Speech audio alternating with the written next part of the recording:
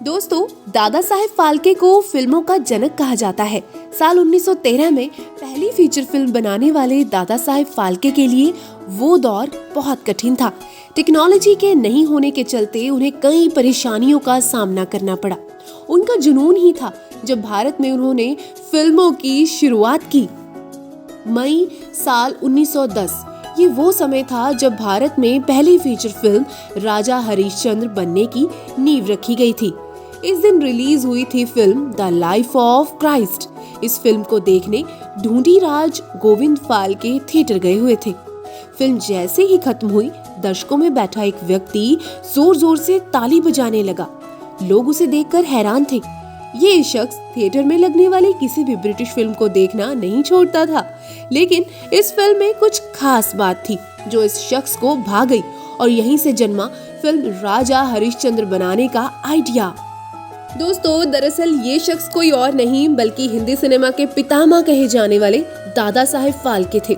आज दादा साहेब फाल्के की death anniversary है और उनकी पुण्यतिथि पर जुड़े कुछ खास किस्से आइए जानते हैं। दोस्तों, दादा साहेब के लिए फिल्में बनाना इतना आसान नहीं था। उस समय में नई टेक्नोलॉजी भी नहीं थी और जो टेक्नोलॉजीज थी उनका भारत में मिलना बड़ा मुश्किल था। दादा साहेब बड़े ही हरफन मौला थे। इससे पहले वो प्रिंटिंग, पेंटिंग जैसे कई काम कर चुके थे। द लाइफ ऑफ क्राइस्ट देखने के बाद भारत में फिल्म बनाने का फैसला वो कर चुके थे। अब फैसला लेने के बाद इससे पीछे हटना उनकी फितरत में नहीं था। सो हुआ भी कुछ ऐसा ही। उन्होंने फिल्म राजा हरिश्चंद्र बनाने का फैसला तो कर लिया था, लेकिन इसके लिए कलाकार, इक्विपमेंट, पैसे, लोगों के खाने की व्यवस्था सब करना था।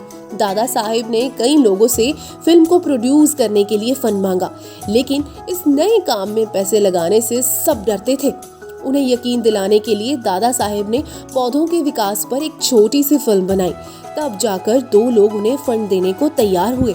हालांकि अब भी मुश्किलें कम नहीं थी, लिहाजा दादा साहेब ने अपनी पत्नी के गहने और संपत्ति को गिरवी रख दिया और साथ ही फिल्म बनाने के लिए कर्ज भी लिया। उसके बाद दादा साहेब के पास अब एक दूसरी समस्या थी। उन्होंने कभी कोई फिल्म नहीं बनाई थी। देश में इससे पहले कभी फिल्म बनी भी नहीं थी। लिहाजा फिल्म का निर्माण करने की टेक्नोलॉजी सीखने के लिए साल 1912 में वो लंदन गए। वहीं से वो कैमरा और फिल्म बनाने के लिए जरूरत में आने वाला कुछ सामान लेकर भारत लौटे। उन्होंने फिल्म को शूट करने का फैसला मुंबई शहर में लिया। उस समय फिल्मों में काम करना सभ्य नहीं माना जाता था और दादा साहेब को अपनी फिल्म के लिए एक्ट्रेस की तलाश थी। कोई भी महिला फिल्म में काम करने के लिए राजी नहीं। परेशान होकर Dada Saheb red light area में अपनी एक्ट्रेस की तलाश करने के लिए पहुंच गए। परेशानी इतनी बड़ी थी कि वहां भी उनका कोई काम करने को तैयार नहीं था। कोई भी महिला एक्टिंग करने को तैयार नहीं थी। दादा साहेब के पास अब कोई उपाय बचा ही नहीं था। उस समय मराठी थिएटर में महिलाओं के रोल भी पुरुष ही प्ले किया करते थे। इस फिल्म के लिए भी दादा साहेब को यही उपाय सूझा। उनका बावर्ची दत्तात्रेय दिखने में ठीक ठाक था। ऐसे में दादा साहेब को उनकी फिल्म के लिए कुशल लगा। बस फिर क्या था, उन्होंने अपने बावर्ची दत्तात्रेय दामोदर को उनकी फिल्म में एक्टिंग करने के लिए मना लिया। भारत की पहली फिल्म राजा हरिश्चंद्र में राजा का किरदार दत्तात्रेय तो उनके बेटे रोहित का किरदार दादा साहेब के बेटे भालचंद्र फाल्के ने निभाया। अब भी एक मुश्किल बाकी थी दोस्तों। दादा साहेब ने 500 लोगों को फिल्म की शूटिंग के लिए जुटा तो लिया था, पर परेशानी ये थी कि उनके लिए खाने का बंदोबस्त कैसे किया जाए। इस काम को आसान किया उनकी पत्नी सरस्वती ने।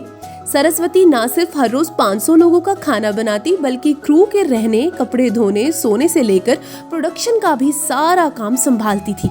आपको जानकर हैरानी होगी कि फिल्म की शूटिंग के दौरान दादा साहेब फाल्के की पत्नी सरस्वती के अलावा कोई भी महिला सेट पर नहीं होती थी।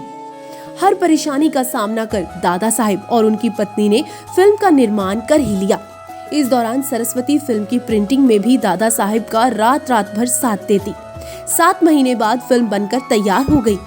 3 मई साल 1913 ये वो दिन था जब हिंदी सिनेमा के इतिहास में पहली फीचर फिल्म थिएटर में रिलीज की गई, जिसके 1 साल बाद ये फिल्म लंदन में भी रिलीज हुई।